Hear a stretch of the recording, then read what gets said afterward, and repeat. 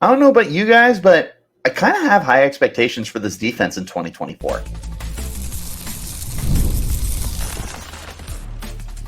You are Locked On Sun Devils, your daily podcast on the Arizona State Sun Devils. Part of the Locked On Podcast Network, your team every day. Welcome back to the Locked On Sun Devils podcast, part of the Locked On Podcast Network, your team every day. My name is Richie Bradshaw, and I will be your guide for everything Arizona State Sun Devils. A shout out to my everydayers who are here every day, and thanks for making us your first listen of the day. Wherever you get your podcast, hit like, subscribe, and turn on notifications so you get an update whenever we post new content. And stay in touch with the content by following me on Twitter at RichieBrads36 and the podcast at LO_Sun Devils. Ladies and gentlemen, it is once again time to talk some Arizona State Sun Devils football. Yesterday, we did some way too early bold predictions for the offense. If you have not checked out that episode, go and check it out. They are bold predictions. So we had a little fun with them, but I tried to make them sort of realistic. Defense today, look, I'm not going to lie. I got carried away a little bit because this is a good unit. Brian Ward, defensive coordinator, had me believing last year when he first got on the campus and first got on the staff, talked to him, sat down, and you kind of felt when you were speaking with him like, yeah, this guy knows what he's doing. They're going to be a much better defense. And lo and behold, they were. And the defense was very good last year. Despite the okay box numbers, they played very good defense. So going into year two, with a lot of guys returning and a lot of talent coming back, I do expect this team to take massive strides forward. And that's where we'll go ahead and start for my bold predictions is nice and simple. I expect a pretty big step forward for this team. Last year, looking at them, they were number 8 in the Pac-12 in points per game, 31.8 points. They were 6th in the Pac-12 in rushing yards allowed with 133.5. They were 9th in passing yards allowed with 263.3, and they were 7th in total defense at 396.8. Middle of the pack. And when you consider the year previous, ASU was one of the worst defenses in the country, let alone the Pac-12. That's a really nice step forward. So in year two, I think it's more than acceptable to say, yeah, there should be a pretty nice step forward. There should be a pretty good juice to go from middle of the pack to one of the better defenses. And for what it's worth, if you compare this defense to the defenses over in the Big 12, I mean, they stack up just as well. They're not that far behind some of the other defenses in the league. And you got to consider that you've got Texas and Oklahoma that are leaving, two really good defensive teams. ASU should be able to come into this conference no worse than what they were last year in the Pac-12, which is middle of the pack. There should be an opportunity for them to be better. This is a unit that's returning a lot of guys. You're returning a lot of players on the defensive line, but you also added a lot of transfers to the unit. The secondary looks good.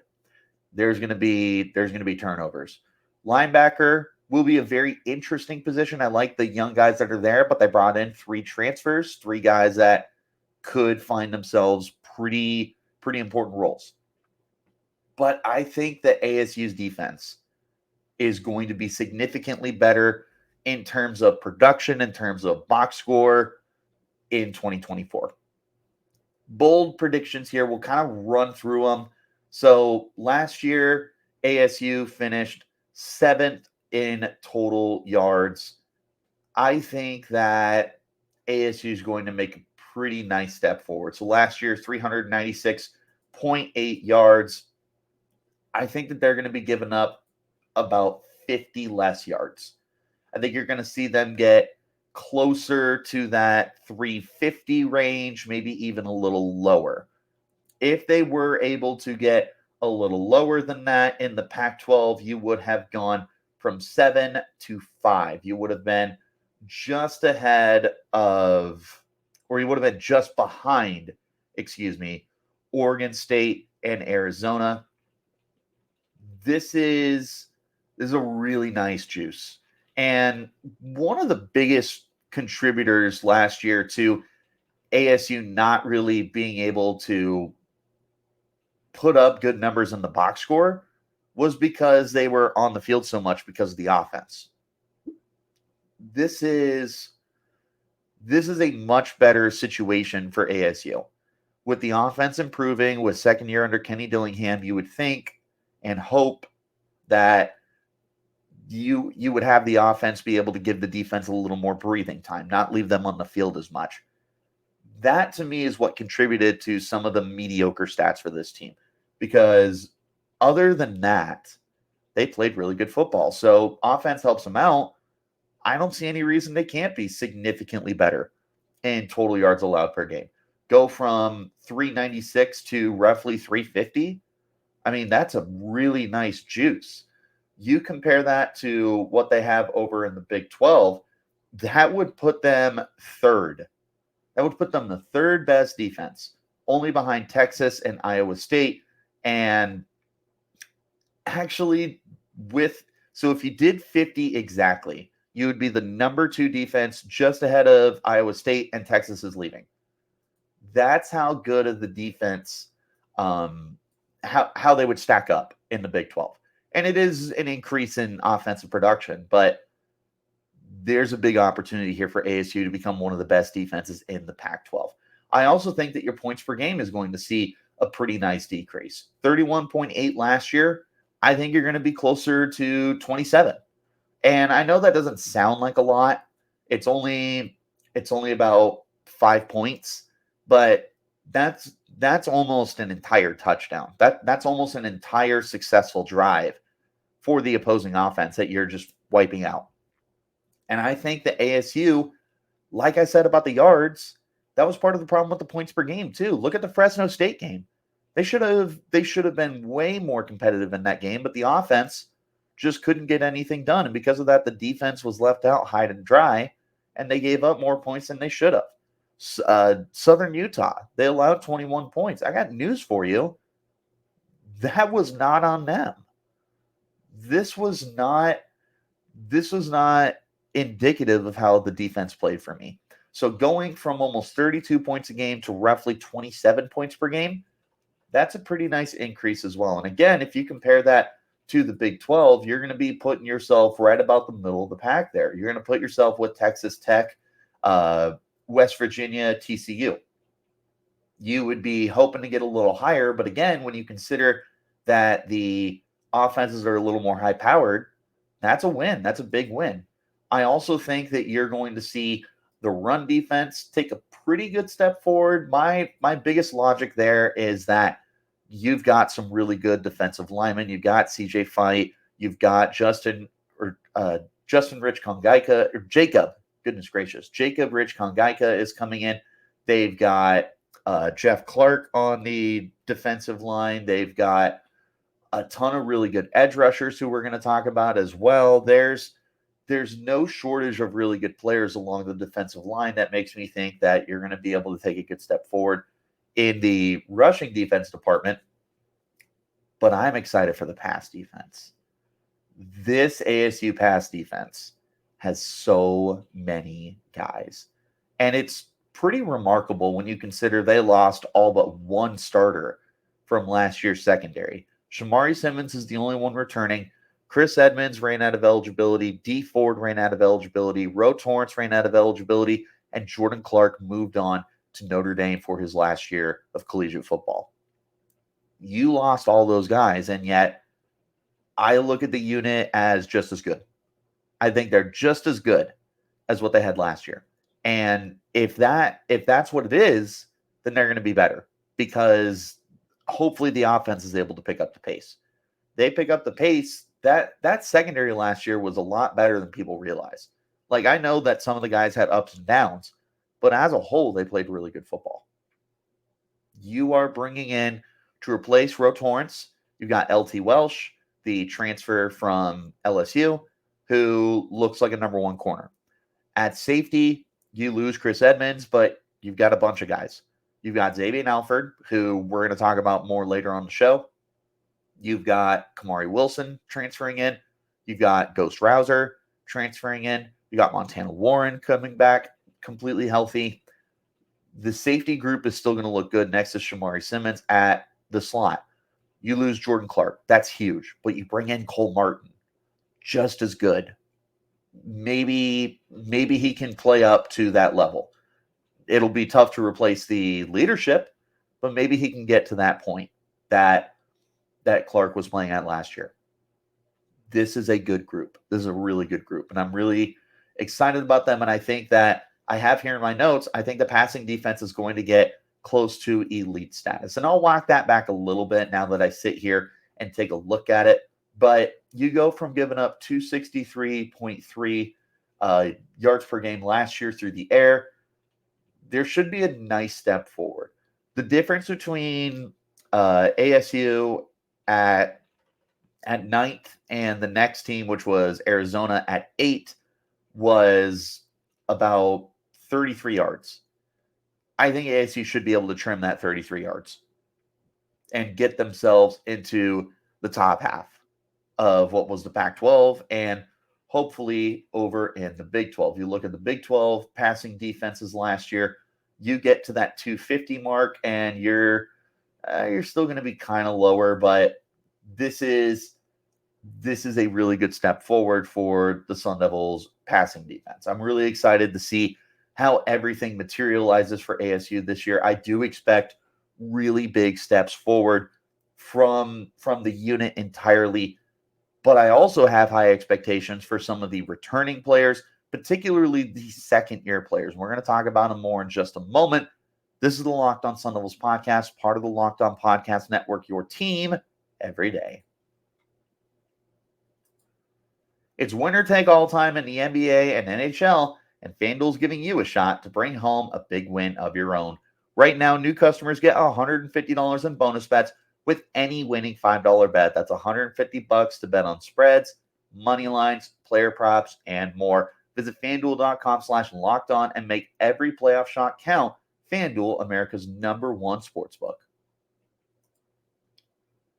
Wherever you get those podcasts, hit like, subscribe, turn on notifications so you get an update whenever we post new content. A shout out to my everydayers who are here every day, and thanks for making us your first listen of the day. Back into our conversation. I kind of left off with, I think there's going to be some big time second-year breakouts, and there are 4 guys in particular that I think are going to have very, very good seasons. A couple of these guys were able to not redshirt last year because they were able to get on the field enough times. Some of these guys were redshirt players, but really, really look good in spring ball and has me excited that they could really take that big step forward. We will start with the 2 guys who were able to avoid a redshirt last year. First and foremost, CJ Fite. Everyone knows how I feel about CJ Fite, but in case you're new here, let me tell you. CJ Fite came to this program as someone that you weren't expecting to see a big role because they had veteran guys on the defensive line with Anthony Cooper, with Deshaun Mallory. They had brought in Tristan Monday. They brought in Sam Benjamin. There wasn't an expectation for CJ Fite to get on the field. There wasn't really an expectation for any of the freshmen to get on the field last year. But with the injuries that mounted up, CJ Fite did get on the field. But once he got on the field, he didn't get off the field. And a big reason for that was he was just so stout along the defensive line. He was able to take on those double teams. And he was somebody that really impressed me and someone that I've spoken with other people. And they're like, yeah, no, this kid, he's good at football. You're really looking forward to see what he can do in year 2. And I've talked with CJ and I've talked to other people, and there's hope that he turns into kind of a sack master this year. I know one of the hopes is that he can become the next Will Sutton, and that's a pretty high bar because Will Sutton is one of the greatest Sun Devils ever. But that's the expectation he's placing on himself. And when you've got that kind of goal, I mean, that's someone that is very detail-oriented and somebody that truly believes that they're going to be one of the best. CJ Fite doesn't even need to be a sack master for him to be one of the most improved players from year 1 to year 2 for me. We'll take the sacks for sure. But if he goes from being a really raw and exciting player to just really stout, to being someone that's able to really bully offensive linemen, make life easier for the teammates along the line, keep those jerseys clean for the linebackers.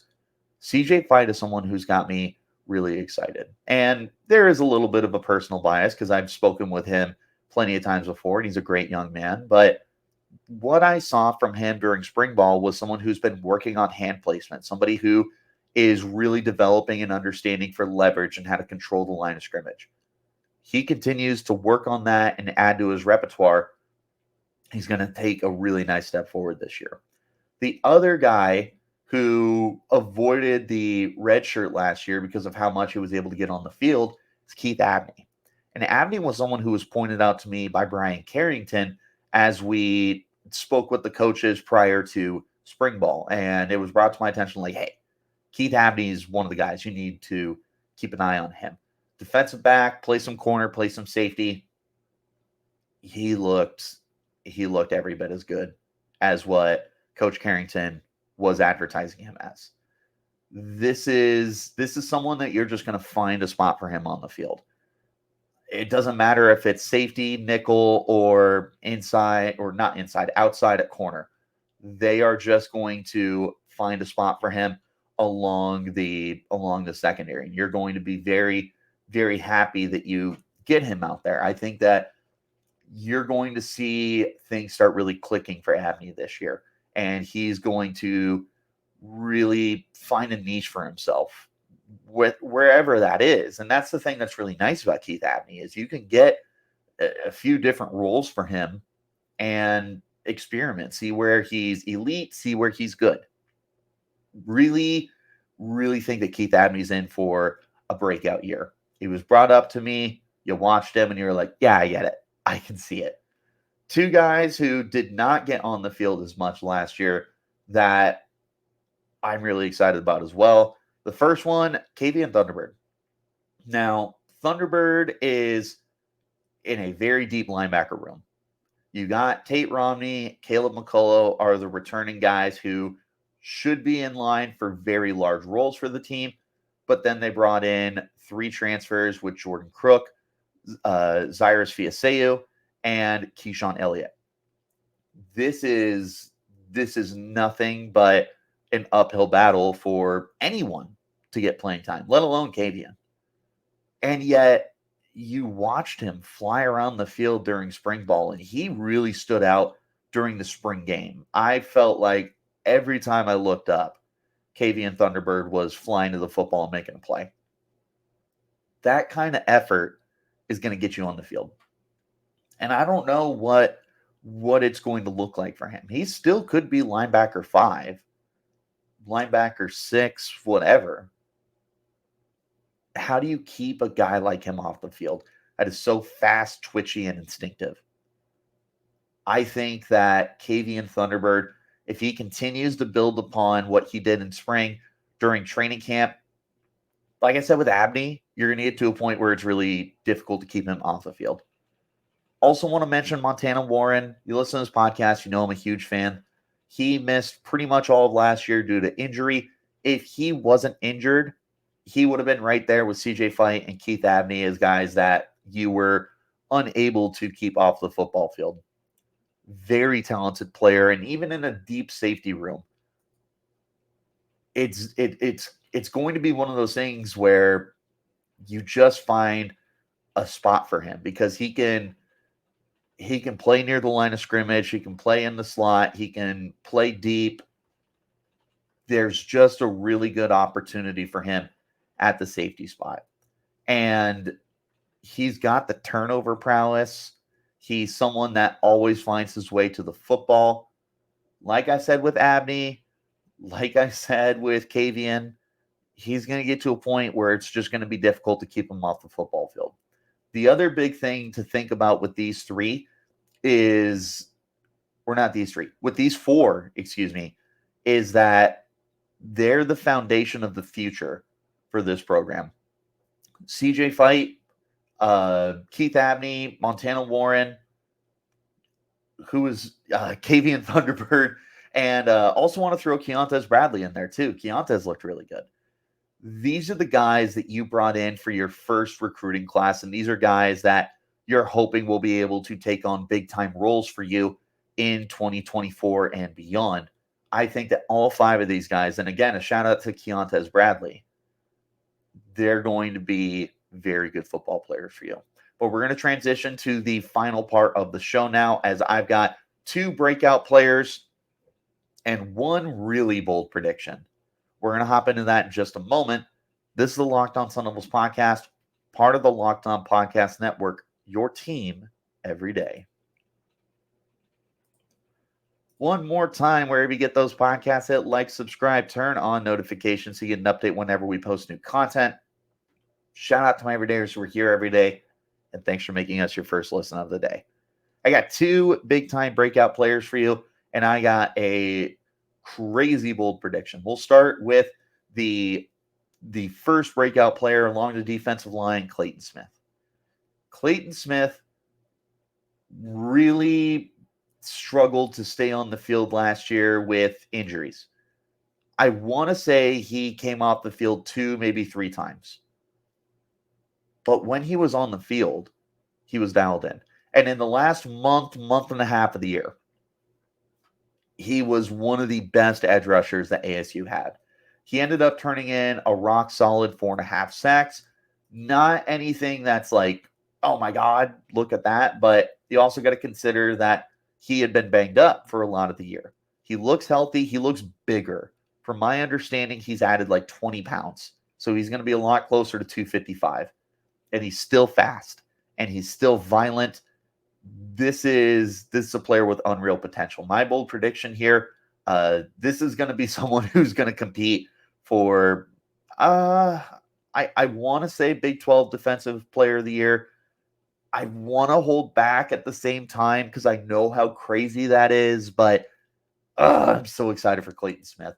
I am saying he's going to reach 8+ sacks. I am thinking he's going to get close to double-digit sacks. I think there's going to be a lot of turnovers with him, lots of forced fumbles, tackles behind a lot of scrimmage, and gets to a point where the NFL takes notice. I think by the end of the year, people are going to look and they're going to be like, hey, you want a draft sleeper? Clayton Smith from Arizona State. That kid's really good at football. That's where I think Clayton Smith is going to be able to wind up by the end of the year, is someone that the nation is noticing. And it'll help that you're in the Big 12. You are now on a much bigger stage than you were in the Pac-12. Here's your opportunity to advertise yourself to the nation as one of the most underrated defensive linemen in college football. He's a beast. He's a stud. He's going to be really good this year. Another breakout player for me, Xavion Alford. Alford was shorted last year because of the NCAA's 2-time transfer policy. He was one of the best defenders during training camp and spring ball last year for ASU. It was impossible to not notice him just flying around the football field. And there was turnovers for him. He is going to be more pissed off than ever. He's going to be more dialed in than ever. Take the fact of how talented he is, everything's going to come together for this kid. I'm saying at least 4 interceptions. At least 4 interceptions. Last year, ASU had a whopping 5 interceptions as a team. No one had more than 1. And I'm saying Alford almost matches that interception number. Alford could be the best player in that secondary. There's a lot of really talented players in that secondary. There at safety alone, we talked about Montana Warren as someone that could really flourish this year in the safety spot. And you've got a couple of transfers that are coming in, and Shamari Simmons is back. And yet I look at Xavion Alford and I'm like, nope, that's still the guy. He didn't play last year. And I'm like, yep, that's him. That's how good he is. That is how talented he is. This is also somebody that by the end of the year could have the NFL's attention. And for what it's worth, I'm not saying these guys are going to get like first round hype. They could, but like ASU has had a really good streak prior to this last year of having players drafted. You're going to get back to that in the 2025 cycle. And these are the guys that are going to be in that draft conversation. Is Xavion Alford, is Clayton Smith. They're studs. I think they're both having breakouts this year. These are similar to what I said yesterday about a guy like Cameron Scadaboo potentially being a all-conference player. Would not be surprised if that's Clayton Smith and Xavion Alford by the end of the year. Last bold prediction, we're going absolutely crazy with this one. I'm saying ASU triples their interception number from last year. 5 interceptions as a team. I'm saying ASU gets 15. I'm saying ASU averages more than 1 interception a game. This unit, look, it's a lot of new faces to the starting lineup, but there's a lot of continuity with some of the bigger players who are returning. There's continuity there with Xavion Alford and Shamari Simmons at safety. That works for me because those are my 2 starting safeties more than likely. And that's where I want the interceptions from. The defensive line looks really good. They're going to make life a lot more difficult on opposing quarterbacks and force those errant throws into tighter coverage. Linebacker, Tate Romney looked really good last year. I think there's a chance for him to really improve his coverage skills. There's opportunities for the new faces in the secondary that can turn into turnover guys. Cole Martin, especially at nickel corner, someone that I anticipate is going to be filling up the box score. Yeah. He was really good for Oregon last year. He's coming home. He's a Valley kid.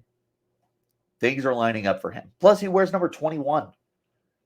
If you're a defensive back and you're wearing number 21, you're elite. It starts and ends there. You're elite. End of story. He's gonna be a problem. LT Welsh, I don't know if he's gonna get a ton of interceptions because I do think that he's just gonna be a really good cover man, but he could. Miles Rouser, Kamari Wilson, some of the other guys you'll be rotating in, Keontez Bradley, Keith Abney. Like, there's a lot of faces here. And don't even get me started on the incoming freshmen, too. The only reason I left the freshmen off of this bold prediction piece is because of how talented everybody else is. But if I can make one more for you, it's that the freshmen in the secondary are going to see a lot of playing time. Rodney Bimage and Tony Lewis and Kuba both looked really good in spring ball. Plas Johnson is coming. Chris Johnson Jr. is coming to this defense. Like, there are still more big name players that have yet to come here. And once you add all of those young guys with the veterans, there's going to be a lot of interceptions. 5 last year. I'm saying 15 in 2024. This is the big one. This is the big bold prediction. I'll leave you with this. When I spoke with Brian Ward in his first year, so last year, coming to Arizona State University and the expectations he had, he told me he always wants 40 sacks, 30 turnovers. ASU had 26 sacks and 9 turnovers last year. When you consider where they were the year prior, that's a nice step up. They had 17 sacks in all of the 2022 season. So it was a really nice step up in the sack department. You need them to start getting more done in the turnover department. I just said I think Clayton Smith is going to get 10 sacks this year, 8 to 10 sacks. The rest of the unit should be really good as well. Elijah O'Neal, big-time breakout player for me. If CJ Fite does turn into a sack master, look out.